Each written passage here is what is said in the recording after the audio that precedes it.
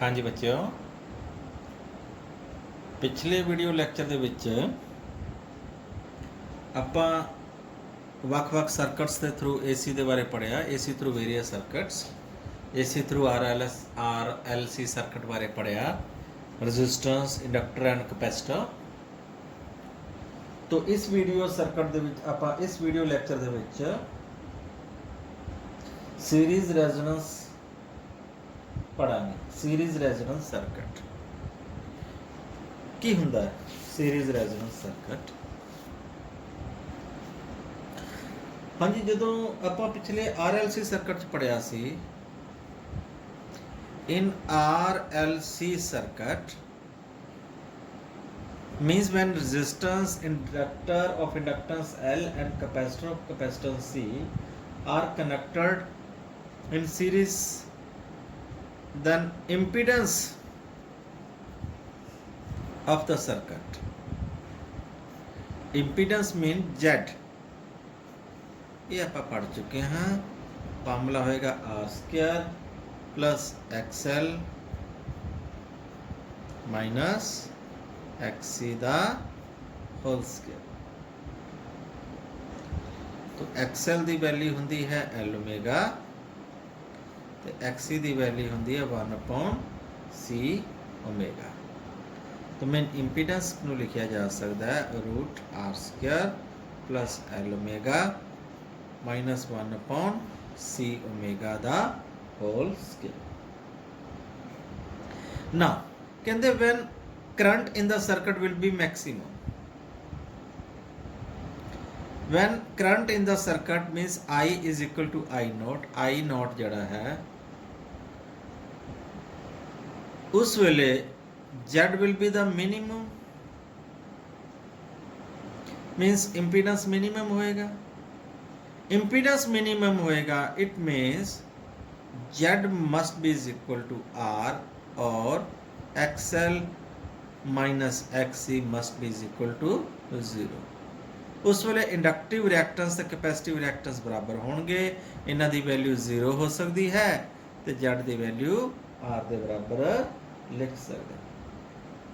And omega उस वेले जिहड़ी फ्रीक्वेंसी हुंदी है उसनूं ओमेगा आर लिखांगे, means resonance frequency, resonance angular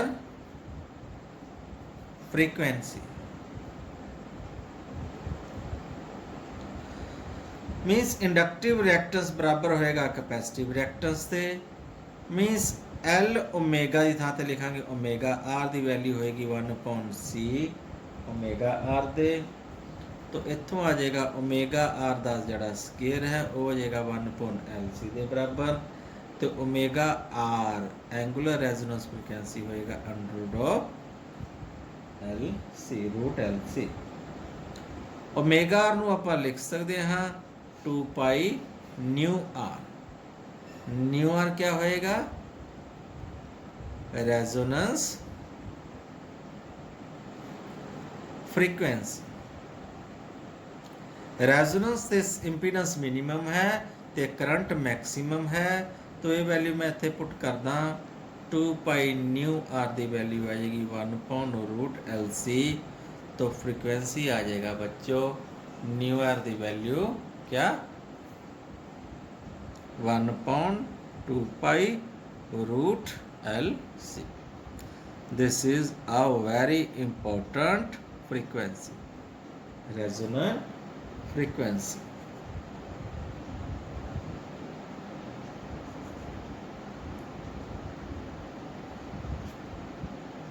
हाँ जी, तो ये ग्राफ प्लॉट किया है। पीक करंट इधरले पासे की लिया, पीक करंट इधरले पासे लिया, फ्रीक्वेंसी न्यू नॉट या ओमेगा ना। देखो जो ओमेगा की वैल्यू 0 है मैं लिख सकता ना I naught will be is equal to E naught upon Z, Z की value R square plus L omega minus 1/c omega दा होल स्क्वायर। जो ओमेगा की वैल्यू 0 है आ 0 हो जाएगा, तो तो 1/0 आ इन्फिनिटी हो जाएगा, इन्फिनिटी का स्केयर इन्फिनिटी हो जाएगा, something upon infinity मीनस I not की वैल्यू क्या हो जाएगी, 0 हो जाएगी। मीनस जो फ्रीक्वेंसी 0 है करंट की वैल्यू 0। दूसरा केस वैन ओमेगा की वैल्यू होगी इन्फिनिटी, जो ओमेगा की वैल्यू इन्फिनिटी होगी आ तो 0 हो जाएगा, 1/इन्फिनिटी 0 होंगे, लेकिन आ इन्फिनिटी हो जाएगा, इन्फिनिटी का स्केयर फिर इन्फिनिटी, समथिंग अपॉन इन्फिनिटी फिर 0 हो जाएगा, करंट फिर 0। ਇਹਦਾ मतलब सेंटर ਦੇ ਵਿੱਚ कोई फ्रीक्वेंसी है, रेजोनेंट फ्रीक्वेंसी उस ते क्या होएगी, इंडक्टिव रिएक्टेंस कैपेसिटिव रिएक्टेंस बराबर हो जाएगी, तो आई नॉट की वैल्यू क्या हो जाएगी, मैक्सिमम पीक करंट की वैल्यू क्या हो जाएगी, मैक्सिमम। मैं दो ग्राफ प्लॉट किए हुए ने, एक R1 एक R2। ਹੁਣ R1 ਦੇ ਵਿੱਚ ਇਹਦੀ ਸ਼ਾਰਪਨੈਸ ਜ਼ਿਆਦਾ ਹੈ, means resistance R1 is less than R2, ਕਿਉਂਕਿ current is inversely proportional to resistance, ਜਿੰਨੀ ਰੈਜ਼ਿਸਟੈਂਸ ਘੱਟ ਹੈ ਉਨਾ ਕਰੰਟ ਵੱਧ ਹੈ। ਤਾਂ ਕੁਆਲਿਟੀ, ਇਹਨੂੰ ਕੁਆਲਿਟੀ ਫੈਕਟਰ ਵੀ ਕਹਿ ਦਿੰਦੇ ਆ। ਤਾਂ sharpness of the curves depend upon the value of resistance, smaller the resistance, smaller the value of resistance in the circuit, larger will be the peak current in the circuit। तो बहुत very important point दसन जा रहे हैं, very important, ध्यान नाल सुन लियो। This circuit is also called series resonance circuit, is also called, एक number का question आ जाता है, acceptor circuit। This is called acceptor circuit। ਕੀ ਚੀਜ਼ ਐਕਸਪੈਕਟ ਕਰਦੀ ਹੈ, ਜਦੋਂ ਤੁਸੀਂ ਟੀਵੀ ਰਿਸੀਵਰ ਨੂੰ ਟਿਊਨ ਕਰਦੇ ਹੋ ਜਾਂ FM ਸਿਗਨਲ ਨੂੰ ਟਿਊਨ ਕਰਦੇ ਹੋ, FM ਰੇਡੀਓ ਦੇ ਸਿਗਨਲ ਨੂੰ ਟਿਊਨ ਕਰਦੇ ਹੋ, ਟਿਊਨਿੰਗ ਦੇ ਵਿੱਚ ਕੀ ਹੈ, ਤੁਸੀਂ ਫ੍ਰੀਕੁਐਂਸੀ ਐਡਜਸਟ ਕਰ ਰਹੇ ਹੋ। ਜਦੋਂ ਫ੍ਰੀਕੁਐਂਸੀ ਤੁਹਾਡੀ ਮੈਚ ਕਰ ਜਾਂਦੀ ਹੈ ਕਿਸੇ ਫ੍ਰੀਕੁਐਂਸੀ ਦੇ ਨਾਲ, ਸਿਗਨਲ ਦੀ ਫ੍ਰੀਕੁਐਂਸੀ ਦੇ ਨਾਲ, ਉਸ ਪਾਰਟਿਕੂਲਰ ਸਿਗਨਲ ਦਾ ਕਰੰਟ ਤੁਹਾਡੇ ਸਰਕਟ 'ਚ ਮੈਕਸਿਮਮ ਹੋ ਜਾਂਦਾ, ਮੀਨਸ ਉਹ ਸਿਗਨਲ ਤੁਹਾਡੇ ਟੀਵੀ ਦੇ ਵਿੱਚ, ਤੁਹਾਡੇ ਰੇਡੀਓ ਦੇ ਵਿੱਚ ਬੋਲਣ ਲੱਗ ਜਾਂਦਾ। ਤੋ that is why it is called acceptor circuit. ਇਸ ਨੂੰ ਅਸੀਂ ਟੀਵੀ ਦੀ ਟਿਊਨਿੰਗ ਦੇ ਵਿੱਚ ਜਾਂ FM ਰੇਡੀਓ ਦੇ ਟਿਊਨਿੰਗ 'ਚ ਯੂਜ਼ ਕਰਦੇ ਹਾਂ। ਪੁਰਾਣੇ ਜ਼ਮਾਨੇ 'ਚ ਟੀਵੀ ਤੁਸੀਂ ਸ਼ਾਇਦ ਨਾ ਹੀ ਦੇਖੇ ਹੋਣੇ, ਪੁਰਾਣੇ ਵੱਡੇ ਵੱਡੇ ਟੀਵੀ ਹੁੰਦੇ ਸੀ, ਉਹਨਾਂ ਦੇ ਗੋਲ ਗੋਲ ਬਟਨ ਹੁੰਦੇ ਸੀ, ਉਹਨਾਂ ਨੂੰ ਗੋਲ ਬਟਨਾਂ ਨੂੰ ਘੁਮਾਉਂਦੇ, ਗੋਲ ਬਟਨਾਂ ਨੂੰ ਘੁਮਾਉਣ ਦੇ ਨਾਲ ਫ੍ਰੀਕੁਐਂਸੀ ਚੇਂਜ ਹੁੰਦੀ, ਮੀਨਸ ਉਹ ਟਿਊਨਿੰਗ ਚੇਂਜ ਕਰਦੇ, ਚੈਨਲ ਚੇਂਜ ਕਰਦੇ, ਮੇਰਾ ਕਹਿਣ ਦਾ ਮਤਲਬ। ਉਹ ਗੋਲ ਬਟਨ ਦੇ ਘੁਮਾਉਣ ਨਾਲ ਹੁੰਦਾ ਕੀ ਹੈ, ਕੈਪੈਸਿਟਰ ਚੇਂਜ ਹੁੰਦਾ। ਕੈਪੈਸਿਟਰ ਪਲੇਟ ਹੁੰਦੀ ਹੈ, ਪੈਰਲ ਪਲੇਟ ਕੈਪੈਸਿਟਰ, ਤੁਹਾਨੂੰ ਪੜ੍ਹਾ ਚੁੱਕੇ ਹਾਂ। ਗੋਲ ਬਟਨ ਦੇ ਨਾਲ ਤਾਰ ਸਿਸਟਮ ਲੱਗਿਆ ਹੁੰਦਾ, ਇੱਕ ਪਲੇਟ ਜਿਹੜੀ ਹੈ ਉਹਦੇ ਨਾਲ ਅਟੈਚਡ ਹੁੰਦੀ। ਜਿਵੇਂ ਤੁਸੀਂ ਕੈਪੈਸਿਟਰ ਦੀ ਚੂੜੀ ਟਾਈਟ ਕਰਦੇ ਹੋ, ਮਤਲਬ ਬਟਨ ਦੀ ਚੂੜੀ ਘੁਮਾਉਂਦੇ ਹੋ, ਬਟਨ ਨੂੰ ਘੁਮਾਉਂਦੇ ਹੋ, ਤਾਰ ਖਿੱਚੀ ਜਾਂਦੀ ਹੈ, ਕੈਪੈਸਿਟਰ ਖੁੱਲ ਜਾਂਦਾ, ਕੈਪੈਸਿਟਰ ਦੀ ਡਿਸਟੈਂਸ ਵੱਧ ਜਾਂਦਾ। ਜੇ ਡਿਸਟੈਂਸ ਵੱਧ ਜਾਂਦਾ, ਕੈਪੈਸਿਟੈਂਸ ਘਟ ਜਾਂਦੀ ਹੈ, ਕੈਪੈਸਿਟੈਂਸ ਘਟ ਜਾਂਦੀ ਹੈ, ਫ੍ਰੀਕੁਐਂਸੀ ਵੱਧ ਜਾਂਦੀ ਹੈ। ਜੇ ਤੁਸੀਂ ਉਲਟੇ ਪਾਸੇ ਚੂੜੀ ਘੁਮਾਉਂਦੇ ਹੋ, ਕੈਪੈਸਿਟਰ ਟਾਈਟ ਹੋ ਜਾਂਦਾ, ਮਤਲਬ ਡਿਸਟੈਂਸ ਘਟ ਜਾਂਦੀ ਹੈ, ਕੈਪੈਸਿਟੈਂਸ ਵੱਧ ਜਾਂਦੀ ਹੈ, ਤਾਂ ਕੈਪੈਸਿਟੈਂਸ ਵੱਧ ਜਾਂਦੀ ਹੈ, ਫ੍ਰੀਕੁਐਂਸੀ ਘਟ ਜਾਂਦੀ ਹੈ। ਮੀਨਸ ਤੁਸੀਂ ਸਿਰਫ ਕੈਪੈਸਿਟੀ ਚੇਂਜ ਕਰਦੇ ਹੋ, ਕੈਪੈਸਿਟਰ ਦੀ, LC ਸਰਕਟ ਦੀ, ਸੀਰੀਜ਼ ਰੈਜ਼ੋਨੈਂਸ ਸਰਕਟ ਦੀ ਕੈਪੈਸਿਟੀ ਚੇਂਜ ਕਰਕੇ ਤੁਸੀਂ ਮਨ ਚਾਹਾ ਸਿਗਨਲ, ਮਨ ਚਾਹਾ ਚੈਨਲ ਤੁਸੀਂ ਆਪਣੇ ਟੀਵੀ ਸਕਰੀਨ ਦੇ ਉੱਤੇ ਲਗਾ ਲੈਣੇ।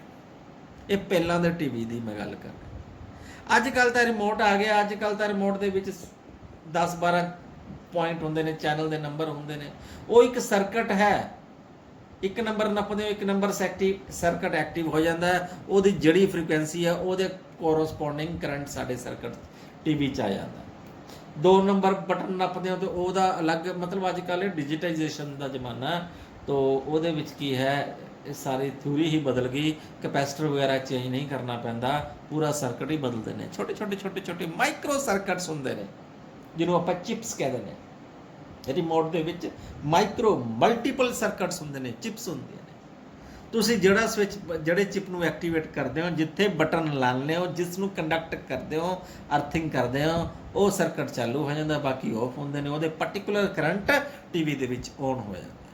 ਇਹ ਹੈ ਐਕਸੈਪਟਰ ਸਰਕਟ। ਨੋਟ ਕਰਨ ਵਾਲੀ ਗੱਲ ਹੈ, series resonant circuit is also called acceptor circuit.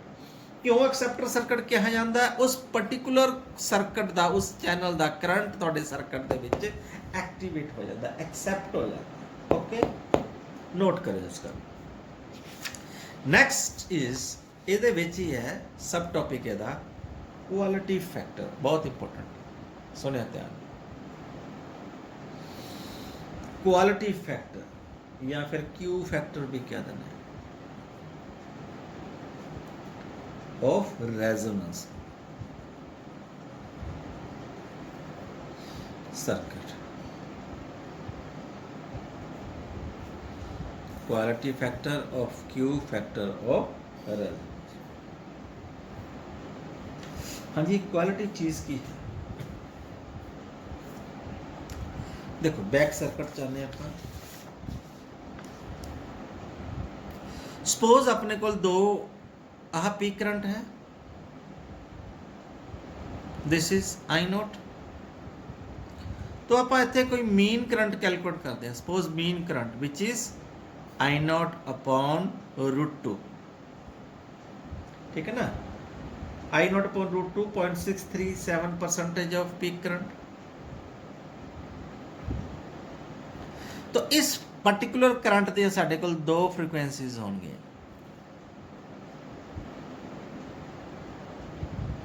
ਜੇ ਮੈਂ ਇਸ ਨੂੰ ਆਪਾਂ ਓਮੇਗਾ r ਲਿਖਿਆ ਹੈ, ਆ ਓਮੇਗਾ 1 ਲਿਖ ਦਈਏ, ਇਸ ਨੂੰ ਓਮੇਗਾ 2 ਲਿਖ ਦਈਏ, ਰਾਈਟ। ਇਸ ਨੂੰ ਓਮੇਗਾ r ਲਿਖ ਦਿੰਦੇ ਆ, ਐਂਗੂਲਰ ਫ੍ਰੀਕੁਐਂਸੀਜ਼ ਓਮੇਗਾ r। ਆ ਡਿਫਰੈਂਸ ਹੈ, I can right this is delta omega. उन्ना ही डिफरेंस इधरले पासे होएगा डेल्टा ओमेगा। तुसी ध्यान नाल देख सकते हो, मैं लिख सकदा ओमेगा आर दी value omega 1 plus delta omega. Omega R दे विच ओमेगा 1 च जे डेल्टा ओमेगा जोड़ देने तो ओमेगा आर आ जाएगा, राइट। हाँ, तो मैं लिख सकदा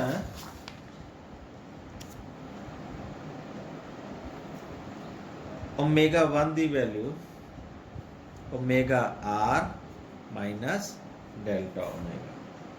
सिमिलरली ओमेगा 2 दी वैल्यू लिख सकदा omega R plus delta omega. तो ये डिफरेंस इन फ्रीक्वेंसी है, that is omega 2 minus omega 1।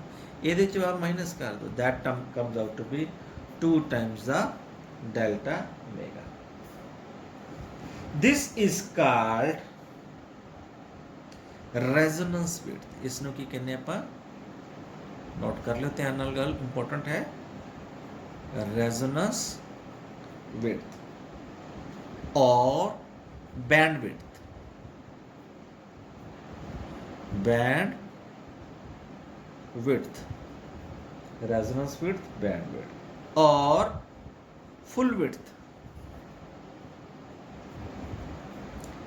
Eight half maximum. Half maximum current ते जड़ी विड्थ है उसनों तो FWHM ना लिखते हैं, full width at half maximum. तो क्वालिटी फैक्टर दी डेफिनेशन है that is omega R upon 2 omega ratio resonant frequency upon bandwidth जड़ी है, ये अपन डिफाइन करते हैं क्वालिटी फैक्टर दी डेफिनेशन। ये एक डेफिनेशन। दूजी डेफिनेशन क्या है क्वालिटी फैक्टर दी, क्यू फैक्टर दी। तो क्वालिटी फैक्टर या फिर Q factor is defined as voltage across L और C upon voltage across R। Quality factor ਨੂੰ डिफाइन करते हैं वोल्टेज अक्रॉस L। तो L ਦੇ क्रॉस वोल्टेज या C ਦੇ cross voltage means XL into current I upon voltage across R, मैं लिख सकता R इंटू I और XC into I upon R into I। I ना आई कटे जाएगा। XL दी वैल्यू 1 अपॉन सॉरी XL दी वैल्यू L ओमेगा R, ये वैल्यू पुट की जा सकती है। तो क्वालिटी फैक्टर दी वैल्यू आ जाएगी L ओमेगा R, आई ना तो आई कट दो, upon R. Angular frequency omega R बच्चों पिछे दसिया सी 1/√LC होंदा है। वैल्यू पुट करनी है तो L upon R into omega R, तो ये आएगा √1/LC। L ਨੂੰ मैं लिख सकता √L इंटू √L, एक √L ना √L कटिया गया, मीनस क्वालिटी फैक्टर की वैल्यू आ जाएगी 1/R √L अपॉन C। आ गई क्वालिटी फैक्टर की वैल्यू। सैकेंड इस फार्मूले च भी XC की वैल्यू होंगी 1/C ओमेगा आर, आ वैल्यू इतने पुट कर देने।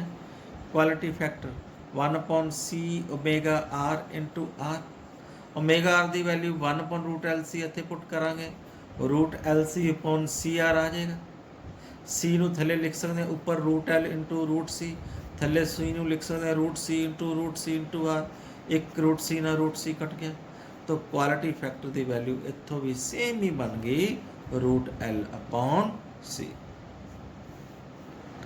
तो दोनों च पता लग गया quality factor directly proportional to inductance, square root of inductance, and it is inversely proportional to resistance.